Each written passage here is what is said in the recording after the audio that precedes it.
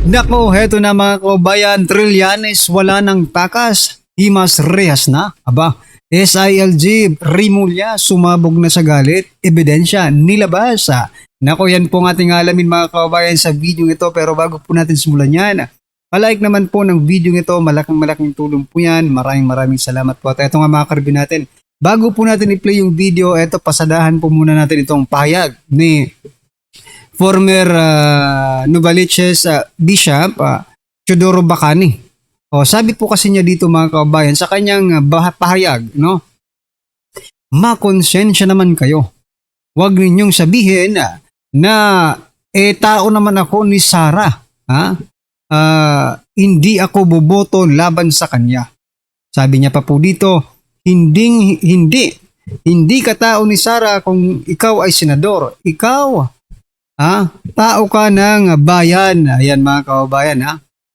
So what I'm trying to point out dito mga kababayan, bakit kailangan makialam po ang mga pare sa pamamalakad sa pagdidesisyon sa gobyerno. There is a separation of church and the government mga karibin natin. So ang gobyerno naman hindi nakikialam sa mga pagdidesisyon ninyo, di ba? Sa inyong religious group, di ba? Pero bakit kayo nakikialam dito? At saka politika po ito eh. Hindi mo pwedeng sabihin, di ba? Ikaw lang talaga mag-isa.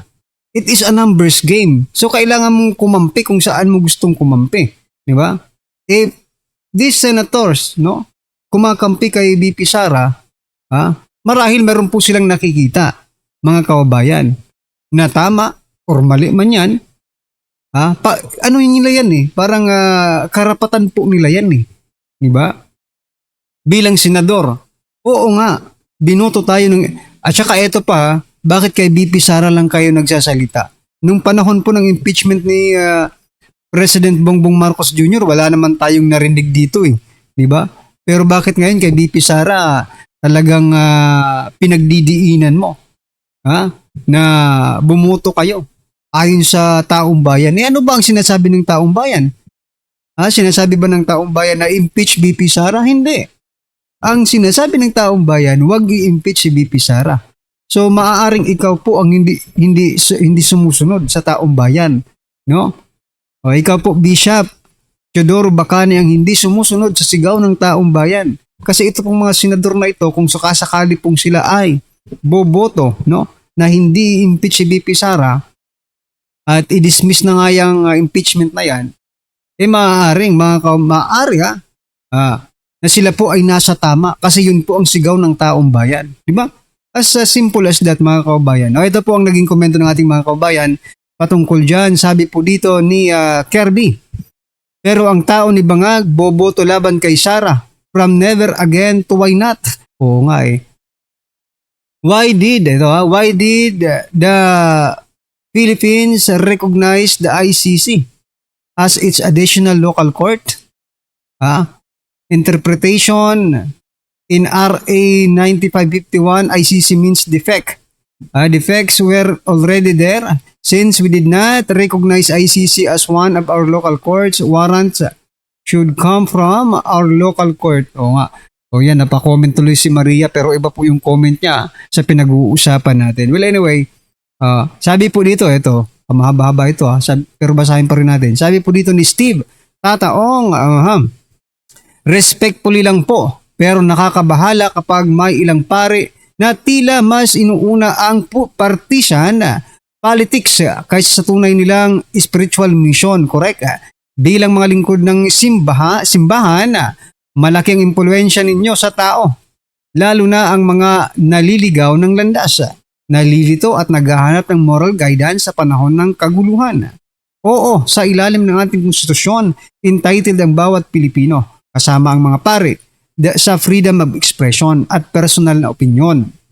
Pero may kaakibat ding moral responsibility ang ilang religious leader kapag ang politiko ay nagiging arena ng matinding political attacks, personal insult o paninirang pananalita laban sa kahit sinong leader. May panganib na mas lalo itong hatiin ang sambayanan kaysa sa paglapitin.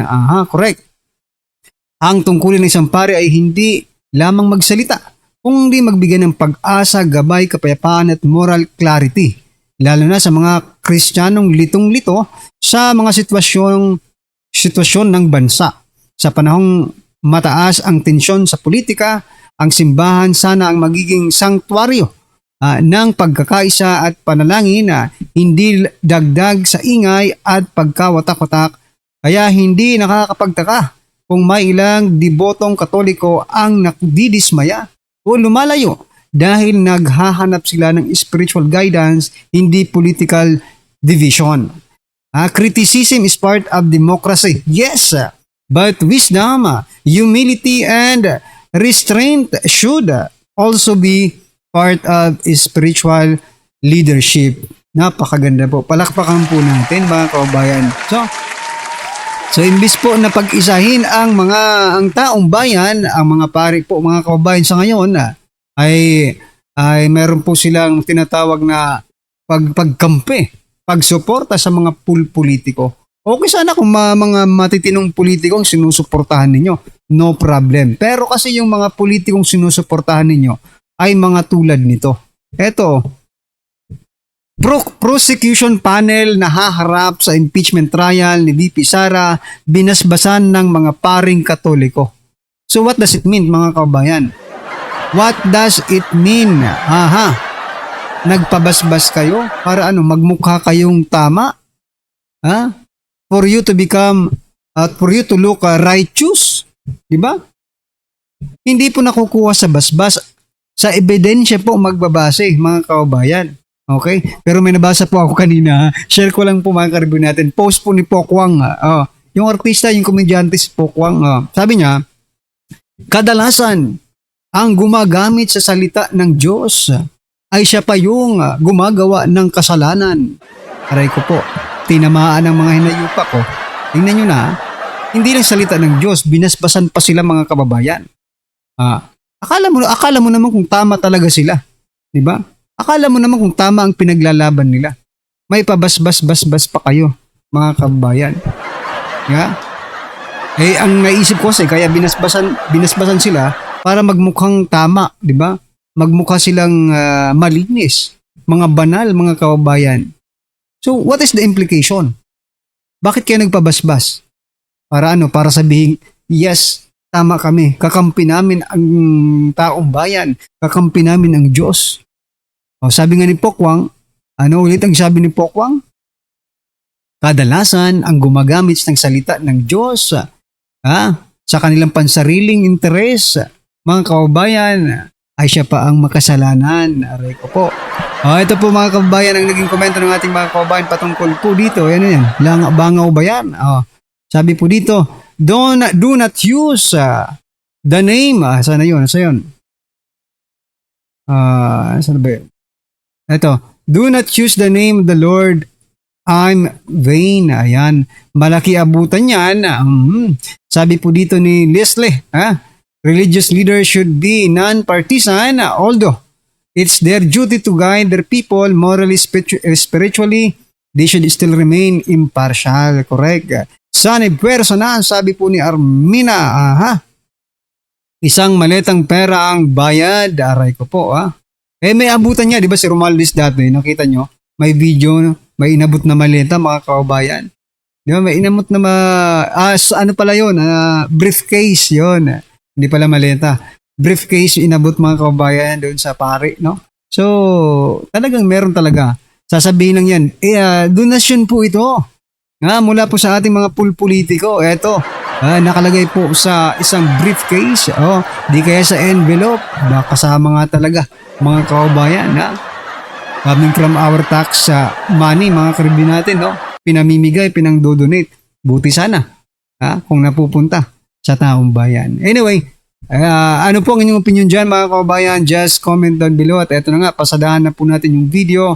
Pasok Viral at trending ngayon sa mundo ng social media ang di manibalitang dahil sa sobrang kayabangan mo, malaki ang tsansa na makukulong ka at mabubulok sa presinto. Ito ang naging sesyon ng marami sa ating mga kababayan matapos ngang pumutok ang balitang galit na sinagot ni SILG John Vic Remulla si Trillanes kung saan ay kanyang sinabi na sobrang yabang daw kasi ni Trillanes kaya ayan tuloy palaging talo sa lahat ng eleksyon na tinakbuhan nito. Dahil nga dito ay marami sa ating mga kababayan ang nagsasabi na wala naman daw talagang ginagawang tama yan si Trillanes sa bayan kaya dapat sa kanya ay paimbestigahan at kasuhan at kung mapatunayan na may nilabag itong batas sa Pilipinas, ang dapat lang sa kanya ay makulong at mabulok sa bilangguan. Pero bago ang lahat mga Kapinas, kung bago ka pa lamang sa channel namin ay huwag mong kalimutan mag-subscribe at pakiclick na din ang notification bell para mas maging updated ka pa lalo sa lahat pa ng bagong videos na i-upload namin. At yun nga mga Kapinas, nauuna ang kayabangan kaysa pag-iisip. Ito ang reaksyon ni SILG John Vic Remulla kay Antonio Trillanes matapos muli siyang banatan kaugnay na controversial sa umano'y ICC warrant ang laban kay Senator Bato de la Rosa. Sa gitna ng sunod-sunod na batiko si Trillanes sa laban sa DILG chief ay Grabe po ngayon si Trillanes, mga ka-review natin, no? May nakita kong post kanina, Trillanes may utos ng nationwide manhunt kay Senator Bato de la Rosa. Hindi ko nga, eto mga kababayan, let us be clear. Let us all be clear, no? Mga kababayan. Sino ba talaga si Trillanes? Bakit hindi maipaliwanag ng gobyerno natin kung sino ba talaga si Trillanes? Ano ang papel ni Trillanes dito po sa pagsiserve o sa paghuli kay Senator Bato de la Rosa ng ICC, no? Diba? Sino ka ba talaga, Trillanes? Educate the people before you, no? Take orders from the people na manhunt. Oh. Baka ikaw na ang bagong NBI director, baka ikaw bang bagong PNP chief? Ikaw bagong DILG? Para ka magdesisyon ng ganyan, di ba? Nakakapagtaka lang po mga kababayan.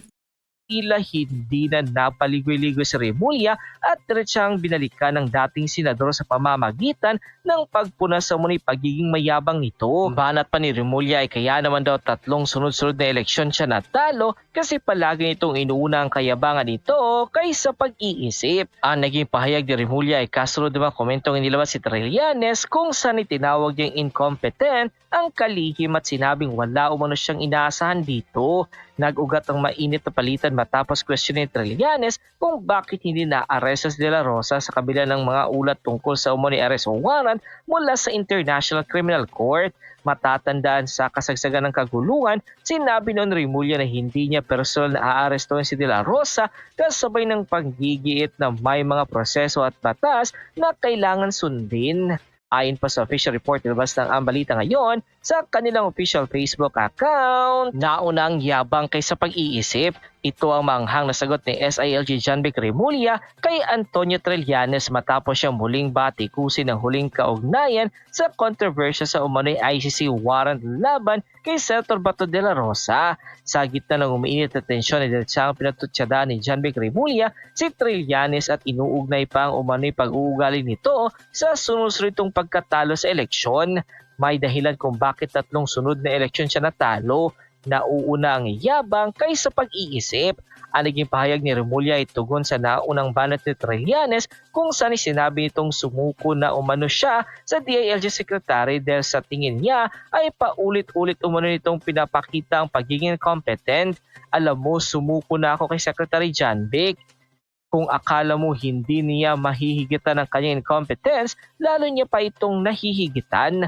Nag-ugat ang mainit na palitan matapos samahan ni Trillanes ang mga tauhan ng National Bureau of Investigation NBI sa tangkang pagsilbi umano ng arrest warrant na laban kay Senator Bato de la Rosa noong May 12, 2026. Gayunpaman inanindigan si Remulla na hindi basta-basta may papatupad ng lokal na otoridad ang warrant na hindi ito dumaraan sa tamang international at legal na proseso, kabilang ang koordinasyon sa Interpol.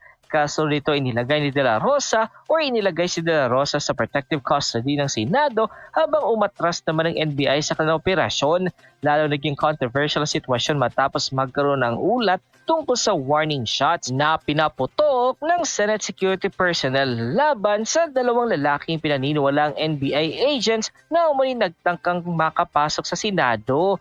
Dumating doon si Remulla sa Senado pang mga siwa o pangasiwa ng sitwasyon at iginiit na hindi siya naroon upang arestuhan si De La Rosa kundi upang tiyakin ang seguridad ng lahat ng senador.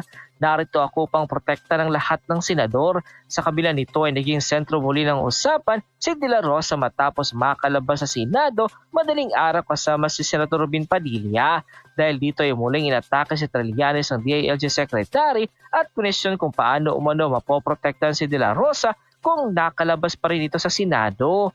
Sinabi niya kahapon na naroon siya para protektahan si Bato. Kung ganoon, paano ito nakalusot sa inyo? Paano ninyo siya mapoprotektahan ngayon? Kaya sumusuko na ako sa kanya. Ani ni Trillanes, matatanda ang 3 beses na natalo si Trillanes sa magkakaibang halalan, vice presidential race ng 2016, senatorial comeback noong 2022 at mayoral bid sa Caloocan noong 2025, bagay na ngayon ay ginagamit ni Remulla bilang direktang patutsada laban sa dating senador sa gitna ng kanilang mainit na bangayan.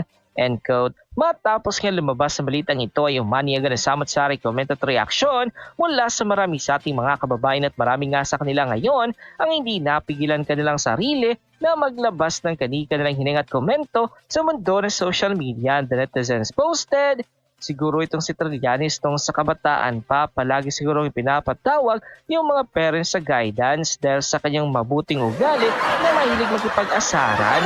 Walang ginawa kundi mag-abang sa pagkakamali ng iba. Wala yung pinalalampas lahat ng mga naging presidente mula nang pumasok yan sa politika.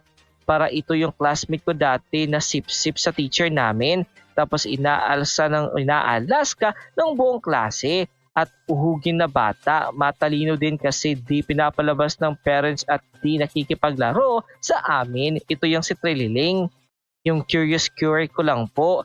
What is this Trililing doing? He is only a civilian, yet he is acting as if he is authorized by someone or some competent institution or entity to perform something legal in his view. What he is doing is an utter disgrace of our laws prevailing on our land. He is out of his mind. End quote. Bigyan natin ng reaction opinion itong Facebook reel posted by Emil Grace Delphine.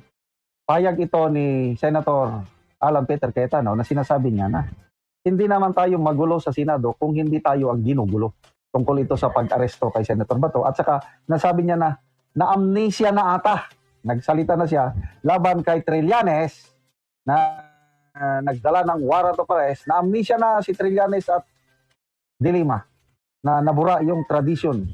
Yung, kasi gusto nila, ura-urada, mag-surrender si Trillanes. Nung panahon na senador itong si Trillanes at De Lima, may mga warrant of arrest din sila. So yan mga kababayan, no, dapat siguro dito kay Trillanes talagang arrestuhin din ito eh. No, kasi civilian po siya eh. Dapat nagbigay po siya ng tag dito, official something na magpapa-document, di ba? Official document that would recognize, no, the Senate na may dala-dala siyang warrant of arrest ni Senator Bato, di ba? Nandun siya para arrestuhin si Bato. So, dapat nag-coordinate ka. Dahil nga dyan mga kababayan, marami po ang nag-iisip ngayon na ating mga kababayan, pwede bang arrestuhin ito si Trillanes at ibalik ito sa kulungan? Diba? Para magtanda naman. Kasi palaging nanggugulo na lang eh. Puro na lang kaguluhan ang dulot ni Trillanes sa ating bansa. Pwede bang hindi lang ikulong? Pwede bang ipersona ng grata na ito ng Pilipinas? Kung pwede lang naman po, diba? Baka may batas tayong gano'n. Ha? Na pag nuisance na po ang isang tao ay ipersona ng grata na. Aalisin na lang dito sa bansa. Malay natin, di ba? Malay po natin, tumino ang Pilipinas kung wala na si Trillanes dito sa ating bansa. Di ba? Anyway, ano pong inyong opinion dyan mga kababayan? Just comment down below at syempre huwag pong kalimutang i-like ang video ito. Malaking tulong po yan. Maraming salamat po.